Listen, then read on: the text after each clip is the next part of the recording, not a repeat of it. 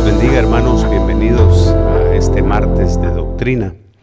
Vamos a orar, le vamos a dar gracias al Señor y luego yo le voy a dejar el tiempo a mi esposa, la pastora Magnolia, para que ella continúe con el tema que hemos comenzado acerca del tabernáculo. Ninguno de nosotros conocemos todos estos detalles y sería muy bueno que nosotros aprendiéramos o escucháramos atentamente. El Señor nos puede hablar en cada detalle. Vamos a orar. Padre, en el nombre poderoso de Cristo Jesús, Señor, yo te doy gracias, amado mío, por la bendición, Señor, que nos das, por el privilegio, Padre, Señor, que nos das, Padre, de orar, Dios mío, Señor, Padre, y de proclamar tu palabra. Señor, grande, Padre, Señor, es este privilegio para nosotros. Lo consideramos, Dios mío, Señor, como una de las cosas, Padre, una de las mejores cosas que han sucedido en nuestra vida, poder, Dios mío, transmitir tu palabra. Padre, dale oídos a mis hermanos de discípulo, para que ellos, Dios mío, Señor, al escuchar, ellos también, Señor, puedan, Padre, levantar, Señor, alcanzado, Padre, con una sola palabra, y que al tener oído de discípulo, ellos también, Señor, reciban lengua, Dios mío, Señor, de discípulo. En el nombre poderoso de Cristo Jesús, nuestro Señor. Amén, amén, amén. Así que yo le dejo el tiempo a la pastora Magnolia, que está aquí con nosotros ya. Dios les bendiga a cada uno de ustedes. Gracias por hacerse presente en esta cita. Pídale al Señor que el Señor me guíe, porque esta enseñanza es muy linda. Padre, yo te pido en el nombre de Jesús que sea tu Espíritu Santo el que nos hable, Señor, en esta noche, para que podamos tener la revelación, Señor, de tu palabra, para que así, Señor, tú nos sigas formando en el nombre de Jesús. Amén y amén. Amén. Si se recuerdan, hemos estado hablando sobre el tabernáculo, empezamos a hablar sobre el atrio y algunas de las cosas que existen en el atrio. Entonces vamos a continuar el día de hoy hablando sobre el atrio. Si usted se recuerda, había en el atrio, rodeaba al atrio, había un patio, el atrio era un patio exterior. Si usted ve la gráfica, se va a dar cuenta que tiene una especie de valla, no es muro porque era de tela, pero eso ponía los límites para que no hubiera nadie que solamente quisiera llegar a revisar o a ver, sino que daba una privacidad. Daba un lugar especial, cercaba la presencia del Señor, así como ahora nosotros, si usted ve esta valla que está alrededor, cuando usted le pide al Señor que lo cubra, que ponga un vallado de ángeles alrededor suyo, esto es lo que representaba esta valla alrededor del tabernáculo. De la misma manera, Dios le pidió a Moisés que se hiciera esta valla, este cerco alrededor del tabernáculo, y cada uno de las cosas que están presentes ahí representan algo para nosotros y representan algo para nuestra redención. Por ejemplo, podemos ver que el atrio, dice aquí, que era lo que rodeaba la tienda. Era un patio cerrado por cortinas. Sus medidas eran de 50 metros de largo por 25 de anchos y estaba formado por una valla hecha de cortinas de lino fino, sostenida por 60 columnas de bronce y fijadas al suelo mediante estacas y cuerdas. Las columnas estaban hechas de dos materiales: bronce y plata. Y las cortinas, recuérdese, eran de lino fino. Entonces, esta es la representación del cerco alrededor. Éxodo 38:20 nos dice: todas las estacas del tabernáculo y del atrio alrededor eran de bronce. Escuche, todas las estacas, cada una de los pincitos que entraban tenían que ser de bronce, porque significaba el sufrimiento, era un elemento profético del sufrimiento y el juicio que el Cordero de Dios debía de sufrir. Del Cordero que en ese tabernáculo, en el altar que vimos la vez pasada, era consumido por el fuego. Entonces aquí tenemos otra gráfica donde se muestra los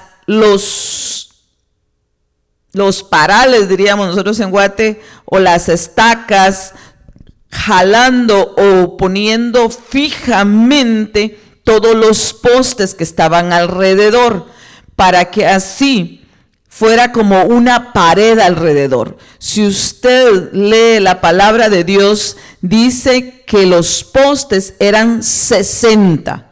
Eran 60 los que rodeaban el tabernáculo. El número 6 en la Biblia es la representación o significa hombre, nuestra humanidad. Y el número 10 siempre nos habla de la responsabilidad. Entonces, usted ve que 6 por 10 son 60. Entonces, cuando nos están hablando que eran 60 postes, nos están mostrando que hubo un hombre que tomó la responsabilidad, tomó en él todos los pecados de todos los hombres. Él tomó esa responsabilidad. Él era como Dios, él era Dios, pero bajó en forma de hombre, tomó un cuerpo, tomó carne y se presentó delante del Padre, delante de Dios en santidad, tomando nuestro lugar. Sabemos que Él bajó, que Él ofreció el sacrificio perfecto por ti y por mí. Y sabemos que Él iba en santidad, porque había un decreto, que toda alma que pecare, esa moriría. Cuando Cristo descendió al lago de fuego, las potestades demoníacas pensaron que ahí se quedaba Él, pero ellos no sabían que Él había cumplido la palabra. Él se había presentado, Él había cargado todas nuestras cargas, todas nuestras enfermedades, todo nuestro pecado. Él lo había cargado, pero eso iba en su cuerpo, porque dice que por sus llagas hemos sido sanados.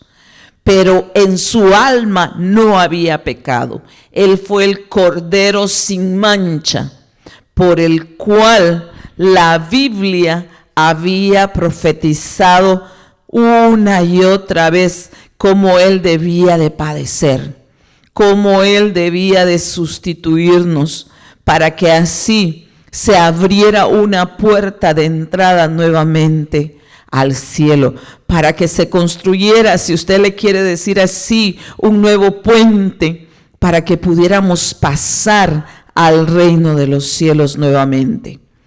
El atrio estaba cerrado, recuérdese, estaba cerrado por esa valla, y los materiales con los que ellos construyeron tanto el atrio como todos los elementos que habían en el lugar santo, el lugar santísimo, y las coberturas del tabernáculo, todo fue proveído por medio de ofrendas del pueblo.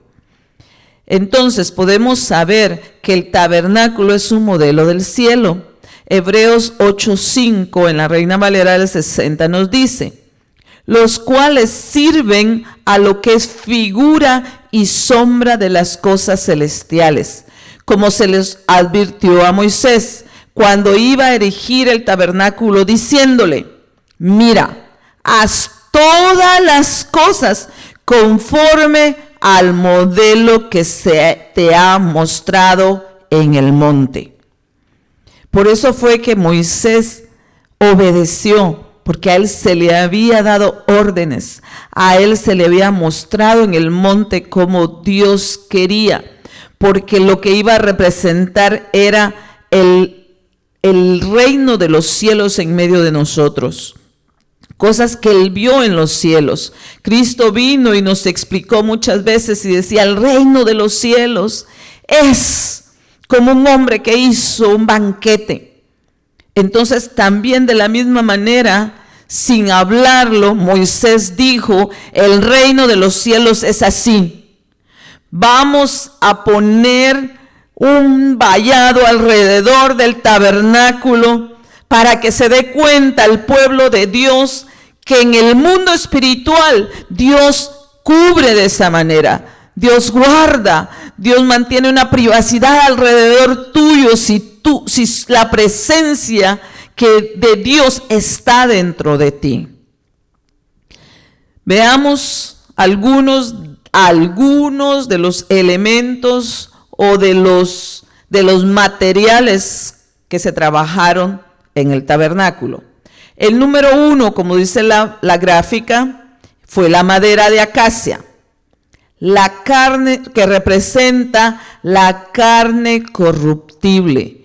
Cristo Jesús bajó a la tierra y tomó un cuerpo, una carne corruptible, que fue destruida en su muerte, que cuando fue crucificado fue despedazada su cara al arrancarle las barbas. Sus espaldas quedaron deshechas porque el látigo que utilizaron los romanos tenía en las puntas, tenían como clavos, como garras, y arrancaban la piel. Pero esa carne corruptible no regresó a los cielos. El número 2 es la plata, y la plata es figura de la redención. Entonces, en cada cosa que había en el tabernáculo hecha de plata, era una profecía que Jesús iba a ser nuestro Redentor. Y ahorita cuando lo vemos nosotros, aunque sean esos clavos que estaban deteniendo las cosas que estaban, utensilios que fueran de plata, tú tienes que recordar que fue una palabra profética de que Dios era tu Redentor, que Jesús era tu Redentor. Las bases de bronce representan que Él iba a sufrir para mi redención y para tu redención. El pelo de cabra, el profeta que se hizo pecado por mí, el profeta que se hizo pecado por ti. Cristo fue el profeta de profetas. Él nos dijo una profecía tan linda que a veces se nos olvida, que cuando tú lees la palabra, Jesucristo dice: yo me voy, pero voy a prepararles lugar. Yo me voy, y si no fuera así, dice la palabra de Dios, yo se los diría, porque Él no nos mintió en nada. Él nos dijo la verdad. Él profetizó lo que vendrá el día de mañana cuando estemos en su presencia. El material número 5 era la estaca de bronce, que estaba enterrada hasta la mitad. Jesús pues se parte, que significa que Jesús se parte de la humanidad. Al hacerse hombre, se convierte en un humano, viene a ser parte de esta humanidad que nos rodea. Pero al hacerse hombre, sufrió y murió por la otra mitad de la estaca que queda afuera. Y esa parte de la estaca que quedó fuera era la señal de que Cristo a los 3 días iba a resucitar. También podríamos decir que también es una representación de que parte de esa estaca estaba en la tierra, pero parte de esa estaca estaba expuesta.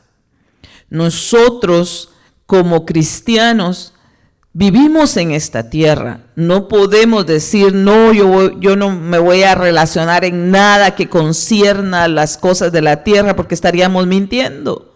Porque hay que trabajar, comemos y comemos comida natural que se da aquí en esta tierra.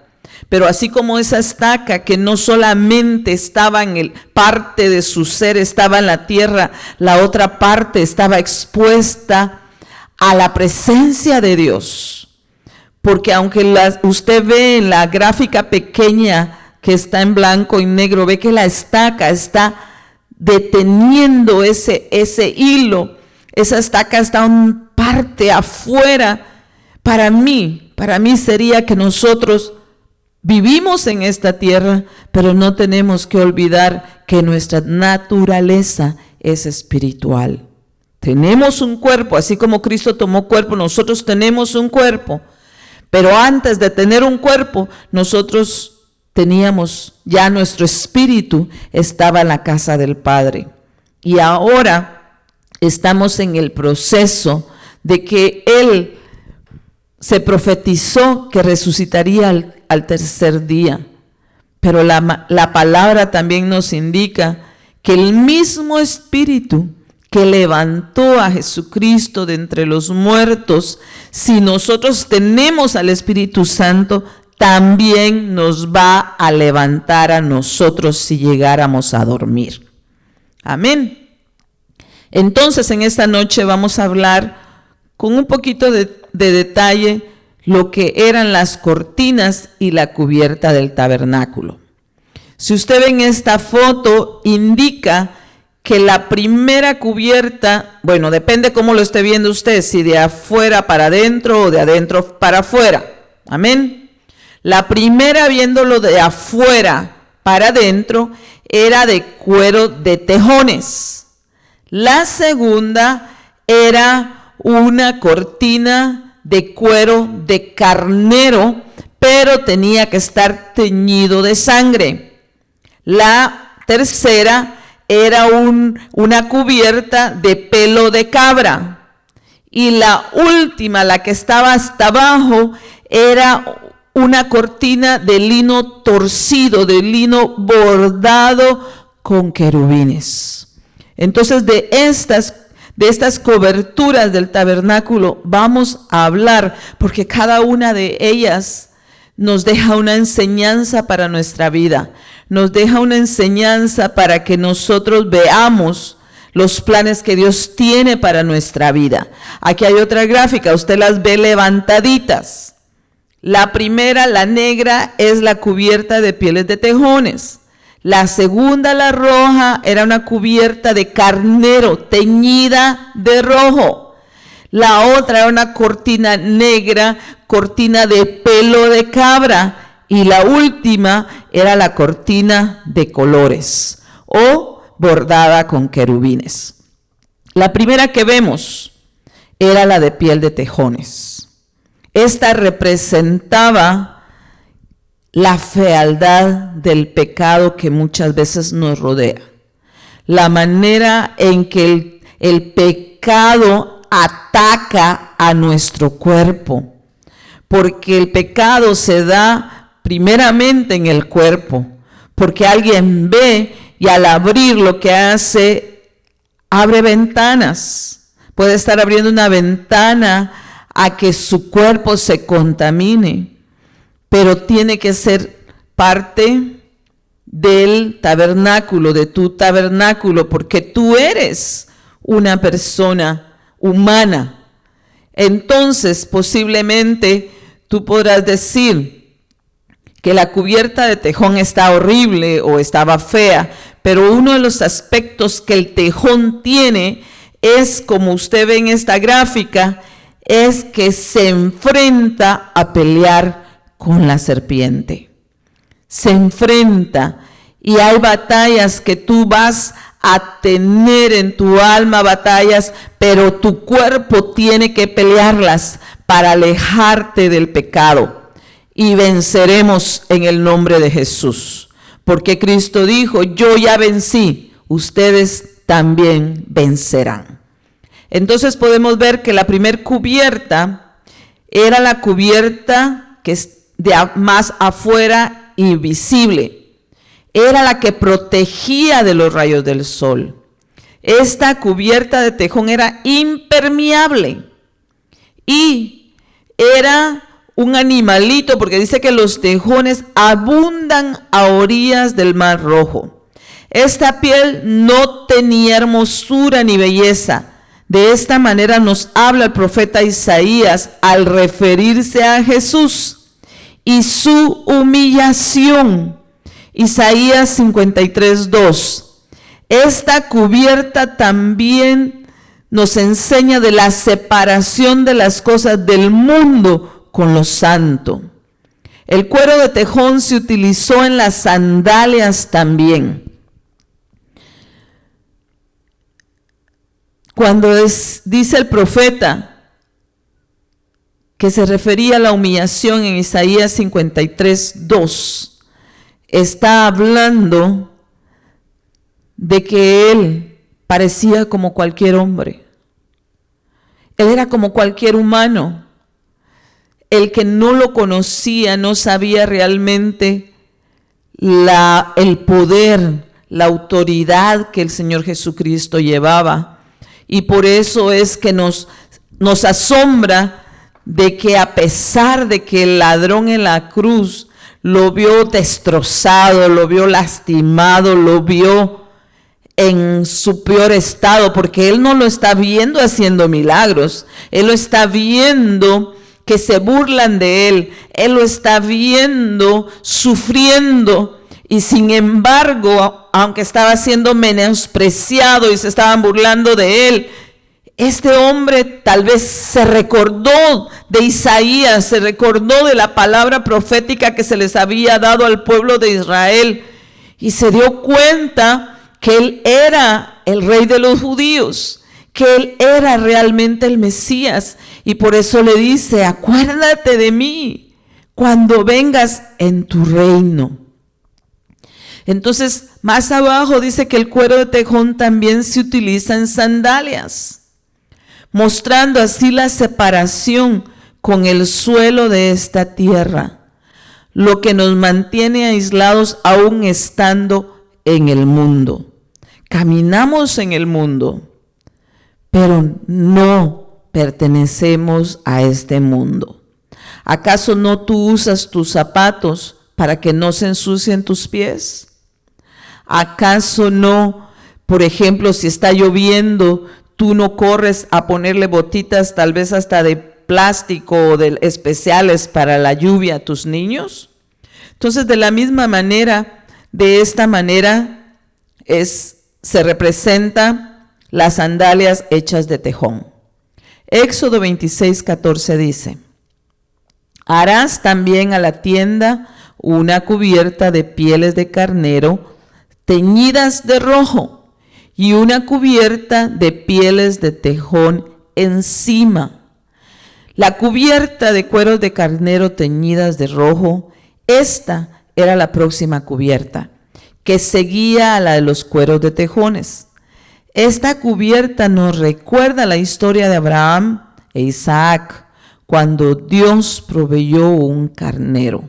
Cuando usted lee Génesis 22, usted ve que Abraham está dispuesto a sacrificar a su hijo porque esa estaba siendo la petición del Señor.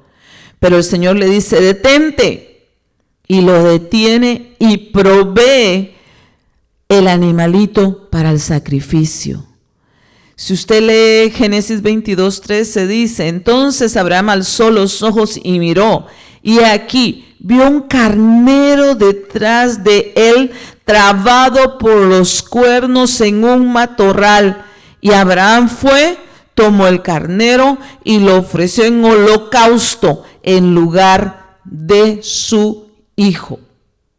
De la misma manera, El Señor Jesucristo fue ofrecido como holocausto en lugar tuyo, en lugar mío. Y por eso era que ese cuero de carnero tenía que estar teñido de rojo, porque representaba la sangre de Cristo en el tabernáculo, la sangre de Cristo cubriéndote a ti y a mí. Cuando nosotros oramos y le decimos al Señor, Señor, cúbreme con tu sangre preciosa, es porque sabemos que Él la derramó en la cruz del Calvario para salvarnos a nosotros. También Isaías 53:5 nos dice, mas Él fue herido por nuestras transgresiones, molido por nuestras iniquidades. El castigo por nuestra paz cayó sobre Él, y por sus heridas hemos sido sanados. Entonces ahí nos están mostrando el sacrificio maravilloso que Cristo hizo por ti y por mí. Las pieles de carnero teñidas de rojo representan la sangre de Cristo. ¿Qué significado tiene el carnero? Pregunta el estudio. Un carnero generalmente simboliza la energía vital, el fuego, el coraje y la fuerza. El símbolo está asociado con perseverancia, impulsibilidad y determinación. En la cultura tradicional, la imagen de un carnero representa la mente y la capacidad de proteger a los débiles. En este caso, Cristo, siendo el maduro, nos protegió a nosotros, nos salvó de una muerte eterna, nos libró. Usted puede leer Levíticos 1:10, aquí en la parte de abajo de la gráfica, puede leer Génesis, si los quiere anotar, Génesis 22:13, Levíticos 1:10, Levíticos 8:18, Levíticos 3:6 y Levíticos 9:4. Y cada uno de ellos nos está hablando de los holocaustos, de las ofrendas. Por ejemplo, Levítico 1:10 dice, mas si su ofrenda para holocausto es del rebaño, de los corderos o de las cabras, ofrecerá un macho sin defecto.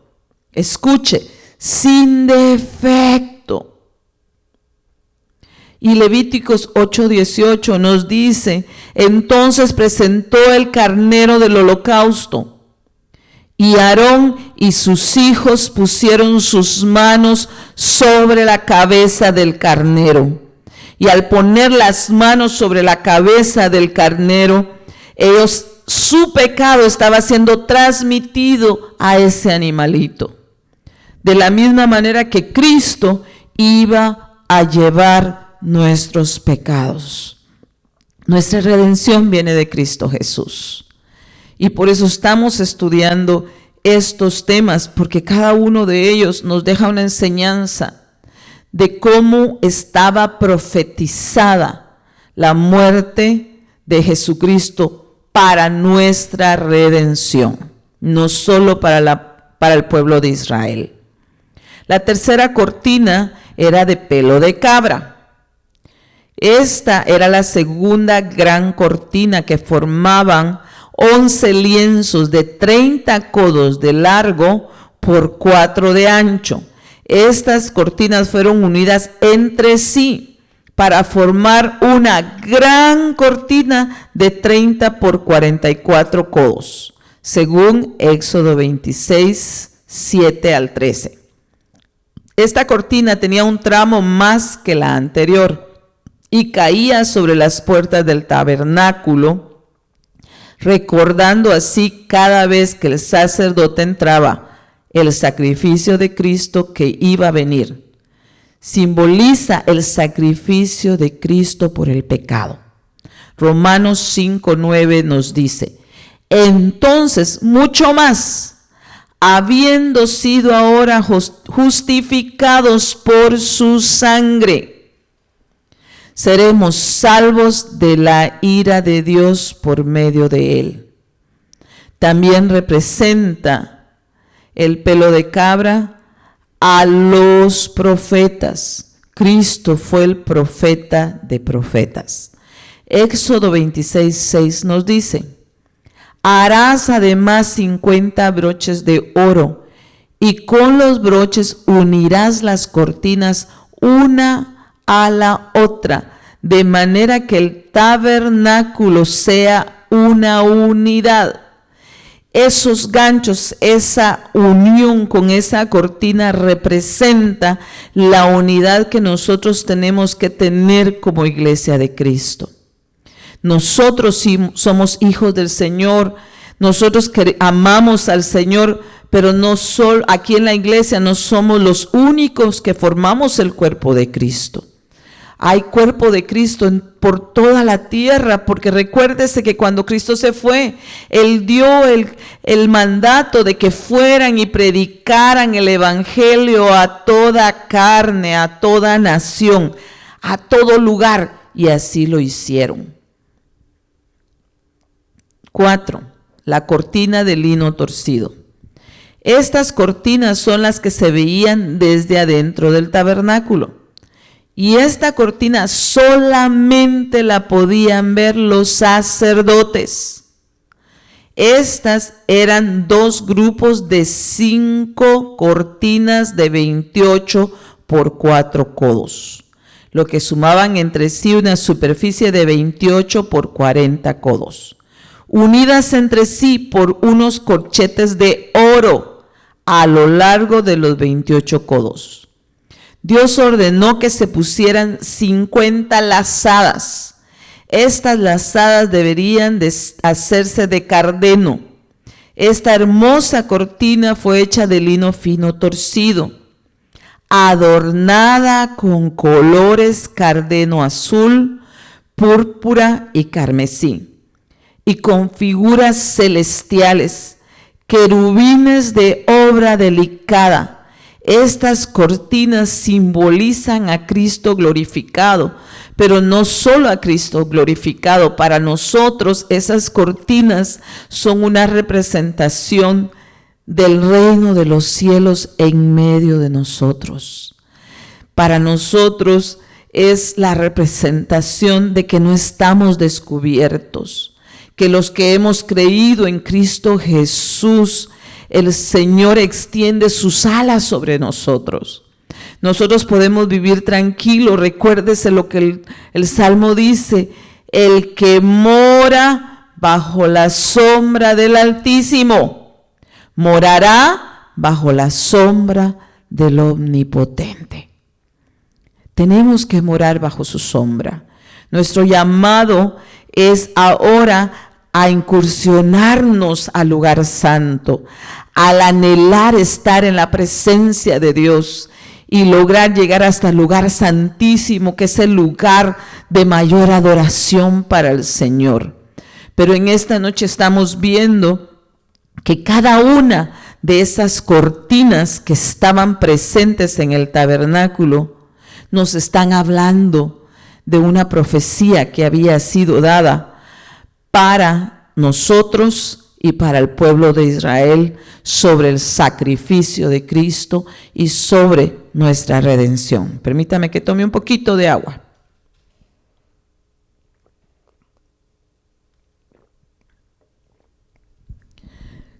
Cuando el tabernáculo se movía de un lugar a otro, las telas eran quitadas y transportadas por un grupo que se llaman los gersonitas, de la tribu de Gersón. Estas cubiertas eran la cubierta exterior de pieles de tejón, la cubierta de pieles de carnero teñidas de rojo, la cubierta de pelo de cabra, la tela de lino torcido, púrpura y carmesí con imágenes bordadas de querubines, todas las cuerdas que sujetaban las cubiertas, el velo de la puerta del tabernáculo. Cada una de esas cortinas eran tratadas delicadamente para poder ser transportadas. Algunas de ellas cubrían el arca del pacto para que no estuviera expuesto a cualquier persona. Cuando estaba estudiando este estudio, el Señor me mostraba que de la misma manera en que ellos tenían cuidado con cada una de esas cubiertas, de la misma manera nosotros debemos de estar conscientes que la gloria de Dios está dentro de nosotros. No somos cualquier persona, que donde tú vas, así como los gersonitas eran los encargados de cuidar, de doblar, de transportar estas cortinas, de la misma manera, Dios te ha dado a ti la tarea de transportar su presencia dentro de ti. La piel que tú tienes es lo que protege tu alma, es lo que protege a tu espíritu. Pero si tú has recibido a Cristo Jesús en tu corazón, Él va dentro de ti.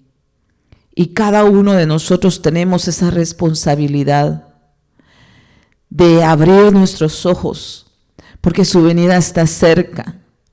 Y recuérdese que la palabra del Señor dice que nosotros somos templo y morada de su Espíritu Santo, y que el Espíritu Santo nos anhela. Entonces, esta es el diagrama de cómo se veía. Si usted ve el tabernáculo, logra ver solamente la cortina de tejón, solamente lo feo, diría yo. Y así muchas veces nos podemos ver a nosotros mismos. Muchas veces hay personas que se miran al espejo y no se dan cuenta de lo valioso que va adentro de ellos. Solamente ven el aspecto humano, porque eso es lo que representa el aspecto humano, el pecado que nos rodea. Y no nos damos cuenta, porque si usted veía solo así la gráfica, usted no sabía lo que había dentro. Ahorita lo estamos estudiando y vamos a ir viendo qué otras cosas había en el lugar santo. Pero aquí el Señor nos está hablando que aunque por fuera nuestro cuerpo no sea el que nosotros queremos o la belleza que nosotros hubiéramos soñado, lo que importa más es lo que va dentro de ti. Lo que importa más es que Jesucristo se ofreció por ti y por mí. Que Jesucristo anhela que tú te prepares, porque Él está ya preparando una boda. La boda del Cordero ya se acerca. No podemos dejar pasar estos momentos para decirle al Señor Jesús: Señor, perdóname si no he valorado lo que hay dentro de mí. Porque no es lo de afuera lo que ve el Señor. El Señor lo que ve es lo que hay en tu corazón. Y la palabra de Dios nos lo dice: un corazón contrito y humillado, Él no lo hace de menos. Él, eso es lo que está buscando. ¿Acaso no has leído que la palabra de Dios dice que el Padre anda buscando? Él no anda buscando a alguien guapo, Él anda buscando adoradores en espíritu y en verdad. Y esos tenemos que ser tú y yo. Esos que logremos tocar su corazón, esos que logremos estar delante de Él y agradarlo en todo lo que hagamos, porque estamos preparándonos para su venida y debemos de estar preparados en todo momento, porque su venida está cerca. Acompáñeme a orar. Vamos a pedirle al Señor que nos cubra con su sangre preciosa. Yo sé que aún tenemos tiempo y sé que También en la entrada, si quiere acompáñame a este diagrama. En la entrada del tabernáculo habían 5 columnas. Y estas 5 columnas nos hablan de los 5 ministerios que el Señor estableció para llevar a la iglesia a la madurez. Aquí usted ve que están los 5 ministerios. La primera, apóstoles, los profetas, los evangelistas, los pastores, los maestros, como lo dice Efesios del 4, del versículo 11 al 14. Y él mismo constituyó a unos apóstoles, a otros profetas, a otros evangelistas, a otros pastores y maestros, a fin de perfeccionar a los santos para la obra del ministerio, para la edificación del cuerpo de Cristo, hasta que todos lleguemos a la unidad de la fe y del conocimiento del Hijo de Dios, a un varón perfecto, a la medida de la estatura de la plenitud de Cristo, para que ya no seamos niños fluctuantes, llevados por doquiera de todo viento de doctrina, por estratagema de hombres, que para engañar emplean con astucia las artimañas del error. Entonces el Señor nos dejó a los 5 ministerios. El Señor le dejó a la iglesia un ejemplo de lo que Él quiere que nosotros seamos. Pero también no nos dejó solos, nos dejó al Espíritu Santo y dejó los ministerios para que formen a su iglesia, para que la lleven a la madurez, para que el día que Cristo venga sea hallada madura, no una niña. Acompáñeme, hagamos una oración. Padre, yo te pido, Señor, que nos perdones. Te pido, Padre, en esta hora, que perdones si no hemos reconocido, Señor, tu majestad dentro de nosotros. Porque muchas veces, amado mío, vemos solo nuestro exterior y muchas veces vemos el exterior de nuestros hermanos y no nos damos cuenta que tú moras dentro de ellos, que así como el tabernáculo representa, Señor, lo celestial, así cada uno de nosotros también, Señor, estamos representando lo celestial aquí en esta tierra. Porque, Señor, tú nos has escogido como morada. Tú nos has escogido, Señor, como algo especial para llevar tu presencia, Señor, a todo lugar. Te pedimos, Señor, perdón si no nos hemos dado cuenta de eso. Porque tú eres el que nos cubre. Tú eres el que mora dentro de nosotros. Ayúdanos, Señor. Ayúdanos, Padre, a abrir nuestros ojos. Abre, Señor, los ojos de nuestro entendimiento para que nos podamos dar cuenta, Señor, del tesoro que tú has depositado dentro de nosotros. Te pido, Señor, por todos aquellos que no se dan cuenta de eso. Te pido, Señor, que perdones y que quites toda frustración, Señor, de aquellos que no están conformes con su ser natural. Te pido, Padre, que pongas en sus corazones paz, sabiendo que tú les amas. Hazles saber, Señor, que tú les amas, amado mío.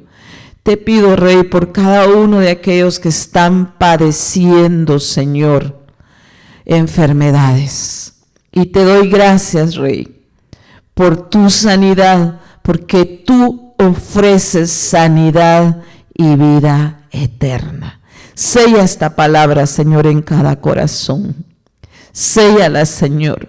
Y aquella persona que tiene dudas, Señor, de que tú moras dentro de él, que tú eres quien pone un vallado alrededor de ellos, que es tu palabra, Señor, el que ha de guardar su camino.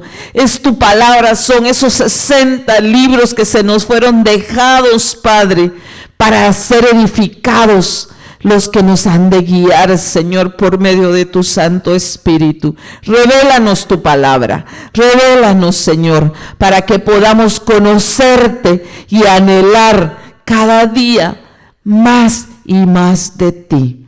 Gracias, Señor. Bendice a cada uno de mis hermanos que se han conectado. Llénalos, Señor, con tu Espíritu Santo, para que ellos puedan tener una comunión perfecta, Señor, contigo. En el nombre poderoso de Jesús te lo pido, Rey. Amén y amén. Dios les bendiga, mis hermanos. Recuerden que a los hermanos de la iglesia, a las hermanas de la iglesia, mañana tenemos reunión de damas. Aquí les esperamos.